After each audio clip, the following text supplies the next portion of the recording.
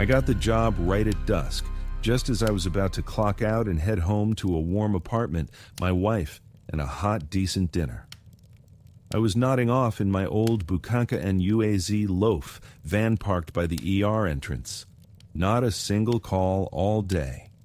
A rare stroke of luck that, as I later learned, was only the prelude to a real nightmare.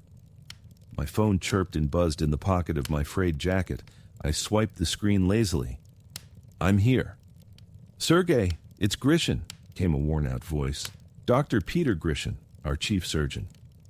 Serious man. Doesn't call unless it matters. "Come to my office. Urgent." I snapped to attention. Something had definitely happened. I locked the van and hurried deeper into the hospital. Grishin was waiting in the hallway by his door. He looked wrung out, creased coat, beads of sweat on his forehead, even though the corridor was cool. "Serge, this one's delicate," he said, lowering his voice, glancing around.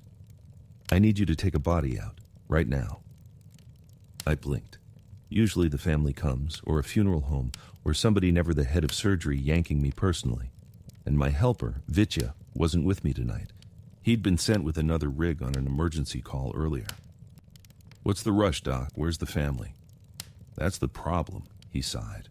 "Rough situation, no money at all. They live in some hole about 90 miles from here. The guy died of a heart attack. Autopsy's done, all the paperwork ready. They're friends of distant friends.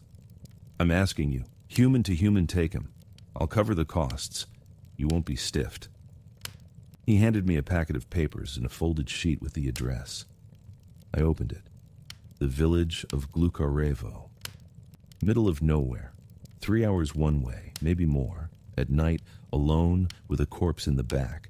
Not exactly a dream gig, but I couldn't tell Grishin no. "Okay, Doc, I'll do it." 10 minutes later, I backed the Bukanka up to the morgue's rear gate. 2 orderlies, silent as fish, rolled out a gurney. The body lames, the rattle, the stiffening. None of it stirred anything in me anymore. Work is work. The orderly slid the gurney into the bay and locked the restraints. I slammed the heavy rear door, climbed into the driver's seat, crossed myself out of habit, and turned the key. The engine groaned, and the old UAZ, swaying, rolled down the hospital alley. Night had settled in for good. The lamps poured a weak yellow light onto wet asphalt. A bad premonition twisted cold beneath my ribs. It felt like this night would be nothing like the others. It was a long haul, nearly an hour just to fight through evening traffic and clear the city. Finally, the Bukanka hit the highway. I pressed the gas and the van wailed forward, headlights slicing a thick, almost tangible darkness. On both sides, the night stood like a wall. No lights, no oncoming cars, just me, the road, and my silent passenger in back. To chase off the gloom, I turned on the radio. Some pop track spilled from the speakers. I hummed under my breath, eyes locked on the pale oval of pavement ahead. The cabin smelled of gasoline, old vinyl, and that hospital tang you never really shake. Then it happened. All at once. I was doing about 80 on a straight, empty stretch when, in the headlights, dead center in my lane, I saw a man. He was just standing there, out of nowhere, as if he'd condensed from air. A motionless, dark figure. No time to think, no room to swerve. I stomped the brakes. The tires shrieked, ripping the night open. I lurched forward and nearly head-butted the wheel. My heart plunged into my boots and then slammed back into my throat like a pile driver. Killed him. That was my first thought. I killed a man. I sat for a few seconds, fingers white on the wheel, afraid to open my eyes. Then I forced myself to breathe. With a shaking hand, I found the handle and tumbled out. My legs were rubber. I was shaking. I was sure I'd find a mangled body under the wheels, but the road was empty. Absolutely no one. Smooth, wet asphalt in the wash of my headlights. I circled the van, looked underneath. Nothing. No body, not even a smear of blood. My brain refused to compute. I had seen him, his build, his height, the way his jacket hung. Where could he have gone in those few seconds? Evaporated? Or was it a vision? A hallucination?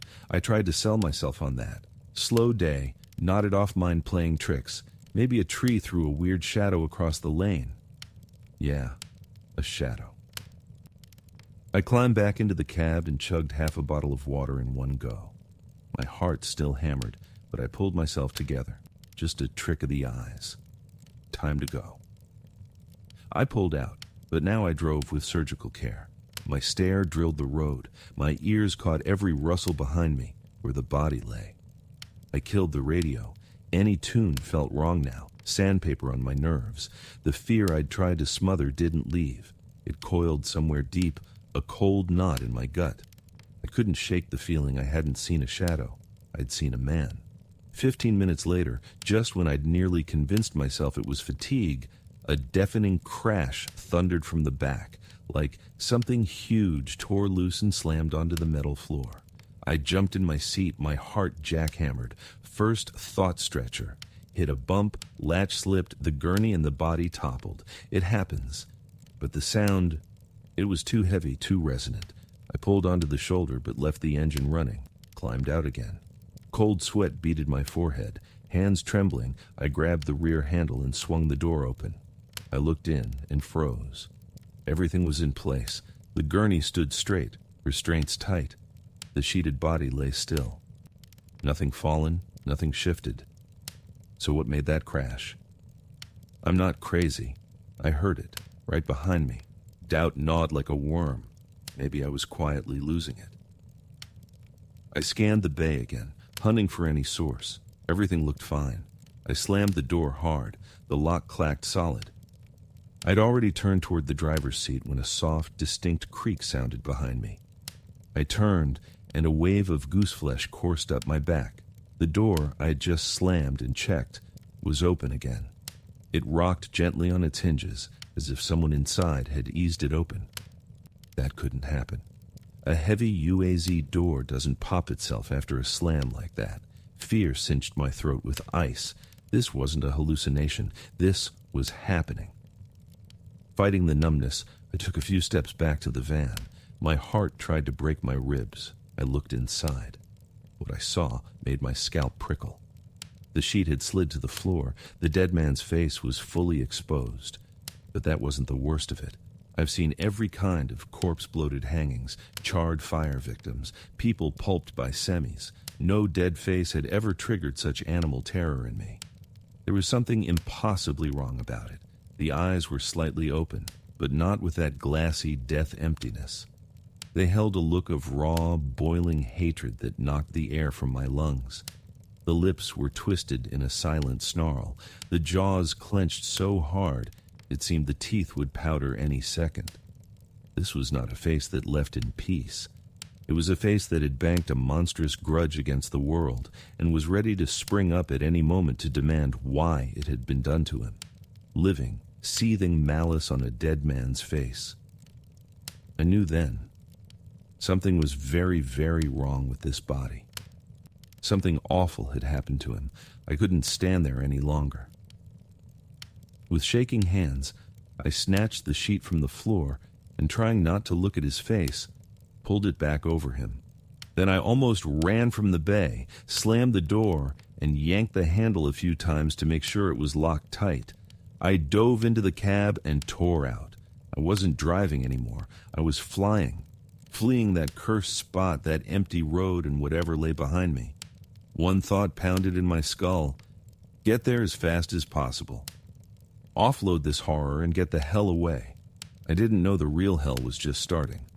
To shave off half an hour, I cut from the highway onto a country road. The instant the wheels hit the rutted dirt, I knew I'd made a fatal mistake. The road narrowed into a corridor strangled by trees. Branches slapped the windshield. The van bucked and jolted over the ruts, and then it started again. From the back, from the cargo bay, came a clear knocking. Thunk, thunk, thunk. Monotonous, measured, as if someone were methodically striking the floor with something hard. A chill crawled over me. Back there, the only thing was him, the dead man. There was a small sliding window from the cab into the bay. Scraping together what courage I had, I braked and peeked through. In the dimness, I saw only the white shroud on the gurney. No movement, but as soon as I rolled forward, the knocking resumed. Thunk, thunk, thunk. My nerves were screaming. I reached under the seat for the flask of brandy I kept just in case. I twisted off the cap and took a few big swallows. Fire scorched my throat. Warmth spread through my chest. All right, I told myself. They say booze gives you courage. Let's see. I clamped my fingers on the wheel, and then the headlights ripped something from the dark that burned the brandy clean out of me. 50 yards ahead, dead center in the road, IT stood there. A body wrapped in a white shroud, upright, ramrod straight like a guard on duty, motionless, no one around, just the trees and that dreadful figure blocking my way. My brain blew a fuse. That couldn't be. 2 dead men, one in the van, one on the road.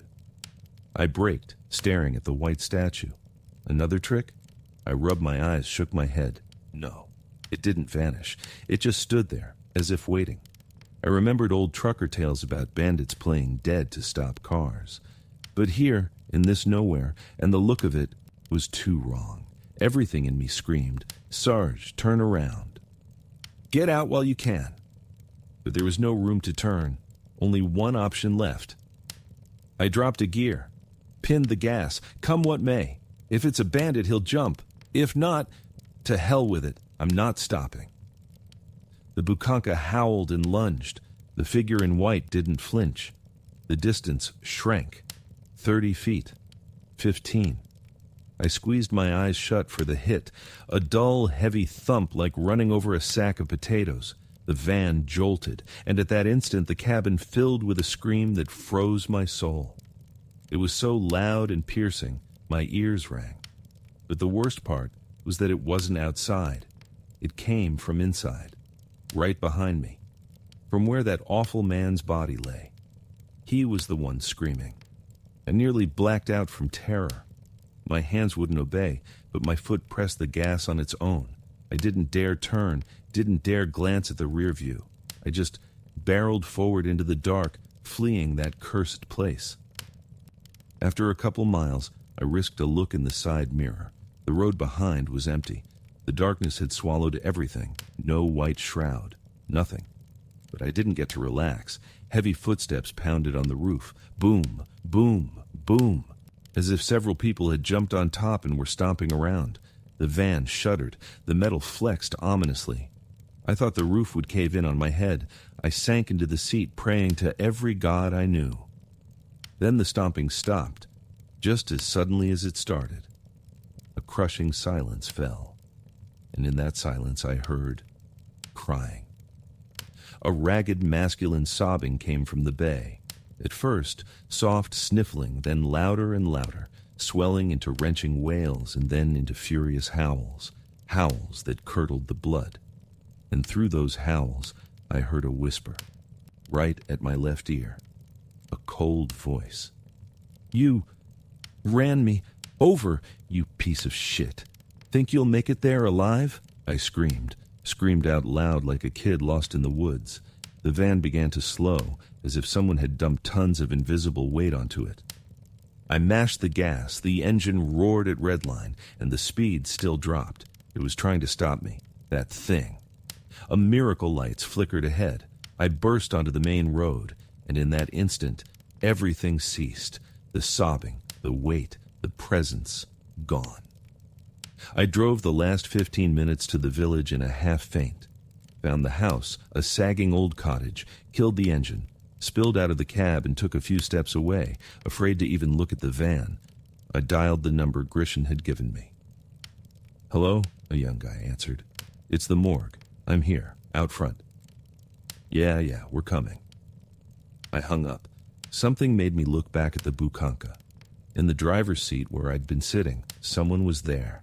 A black shape, absolutely lightless. No face, no features, just a clot of darkness in the outline of a person, sitting straight, staring ahead. I wanted to shout, but only a hoarse wheeze came out. The cottage door creaked then, and the young guy stepped onto the porch with his phone, an older man behind him.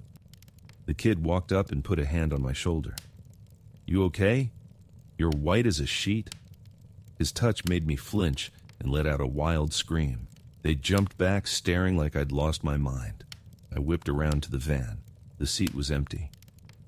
"It's nothing. Zoned out," I muttered, trying to stop the shaking.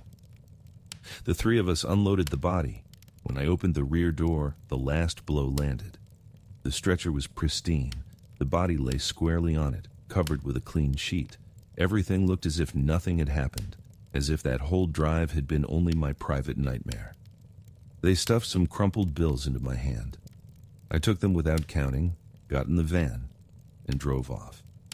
On the way back, I stuck to the long, well-lit highway and didn't so much as glance into the dark. After that night, I couldn't sit behind a wheel for months. Eventually, necessity dragged me back to work.